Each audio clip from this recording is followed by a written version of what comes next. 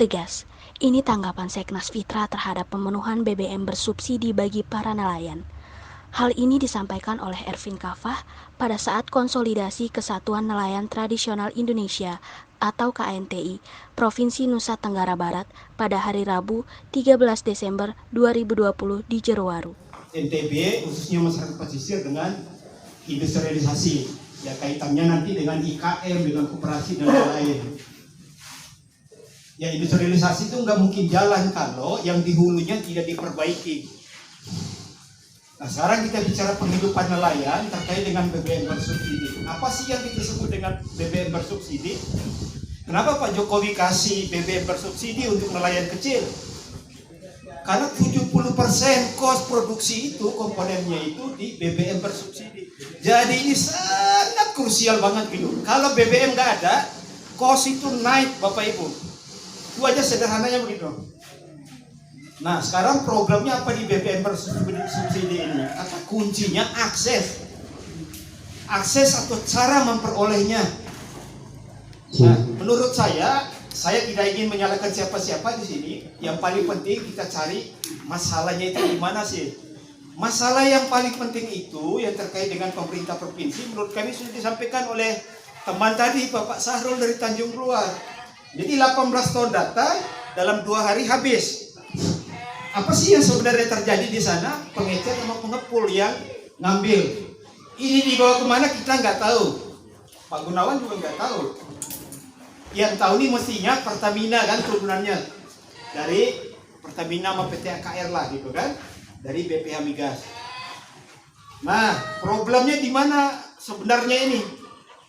Saya mau tanya dulu sama bapak-bapak dan ibu-ibu yang hadir. Bapak ibu punya surat rekomendasi? Ada punya surat rekomendasi? Angkat tangannya satu saja, siapa? Ada. Ya gimana Anda mau pergi ambil BBM kalau surat rekomendasi? Tahu syaratnya urut surat rekomendasi? Tidak tahu. Tidak tahu. Bapak punya pusukan nggak? Punya kartu pas? Itu semua urusan Pak Gunawan itu. Bapak harus urus itu, jangan Bapak bilang ini urusan pengawasan. Ini urusan pelayanan publik yang buruk karena nelayan tidak punya surat rekomendasi. Surat rekomendasi dasarnya apa? Bapak paling paham. Ini harus diperbaiki Pak, itu satu. Nah yang kedua, soal akses, beliau tadi sudah bilang, jauh bagaimana kami mau ke sana. Nelayan ini orang paling super sibuk sedunia. Jauh tempatnya, jauh itu 2 konsekuensinya. Satu butuh waktu, ya. Yang kedua butuh biaya. Jadi akan menambah kos produksi lagi. Bagaimana cara mengatasi jarak yang jauh? Ya didekati, sederhananya. Nah jadi agenda kita ke depan itu, kalau menurut Seknas Fitra ya, ajakan kami ke nelayan, ajakan kami juga ke pemerintah, ada 3 agenda itu, atau sebenarnya ada 2. Yang pertama, mendekatkan akses SPBN-nya ke pemukiman nelayan. Nah, bagaimana cara kita mendekatkan ke pemukiman nelayan? Ada 2 pendekatan. Yang pertama, apa nggak bisa bikin SPBN khusus untuk nelayan kecil? Yang di bawah berapa GT? Di bawah 10. Yang 5 GT bawah itu bikinkan SPBN khusus agar kita aman, nggak saingan sama yang Taiwan tadi. Iya nggak? Masuk akal nggak? Tapi tempatnya mesti dekat.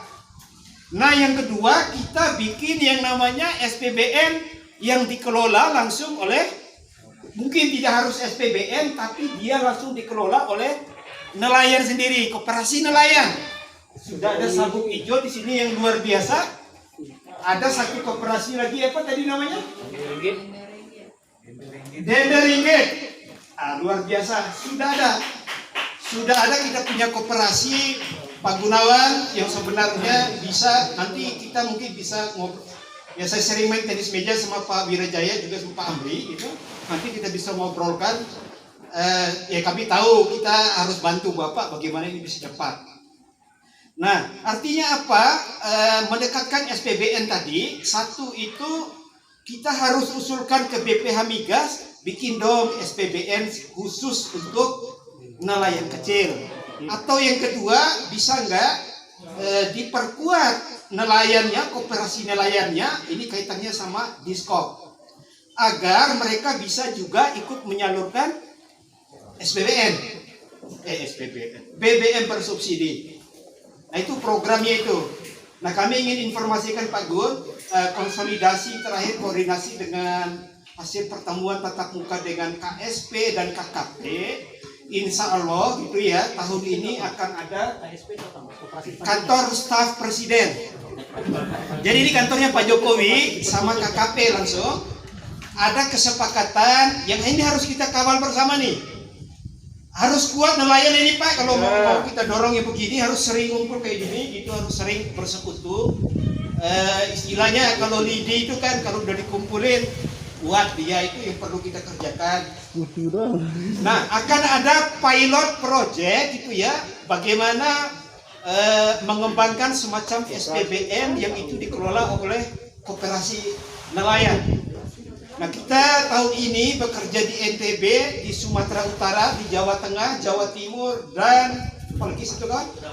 Sudah 4 ya. Di 4 provinsi itu ada 10 kabupaten untuk pilot Pak Gunawan, termasuk di sini Lombok Timur dan Lombok Utara untuk tahun besok. Nah itu yang di nasional. Nah yang di daerah apa yang perlu dikerjakan? Kita bantu Pak Gunawan memperbaiki proses pendataan untuk Kusuka, pas kecil dan lain-lain. Kalau itu nggak ada, gimana mau bikin surat rekomendasi? Apa sih masalahnya? Ini hasil identifikasi di tempat lain. Silakan renungkan apakah terjadi juga di sini di Lombok Timur dan Lombok Utara. Jadi tempat kantor untuk ngurus surat rekomendasi itu jauh sekali. Sama aja dengan SPBN tadi. Nah jadi sarannya adalah gitu ya. Kemarin selalu dibicarakan di 2 daerah yang sebelumnya kami bekerja. Meminta Dinas Kelautan dan Perikanan, tentu di sini juga kalau urusan semua ini kan ke provinsi dan kabupaten. Bagaimana mendekatkan layanan ini dan memperbaiki layanan surat rekomendasi? Entah mau bikin drive-thru kah Pak, bikin pos atau kayak ambulan keliling gitu ya, SIM keliling. Itu. Nah pokoknya itu. Gimana caranya bisa diakses, itu namanya surat rekomendasi. Sama yang Kusuka sama apa tadi? Pas kecil ya, kartu registrasi kapal. Ya. Nah itu inti pokok masalahnya di urusan ini.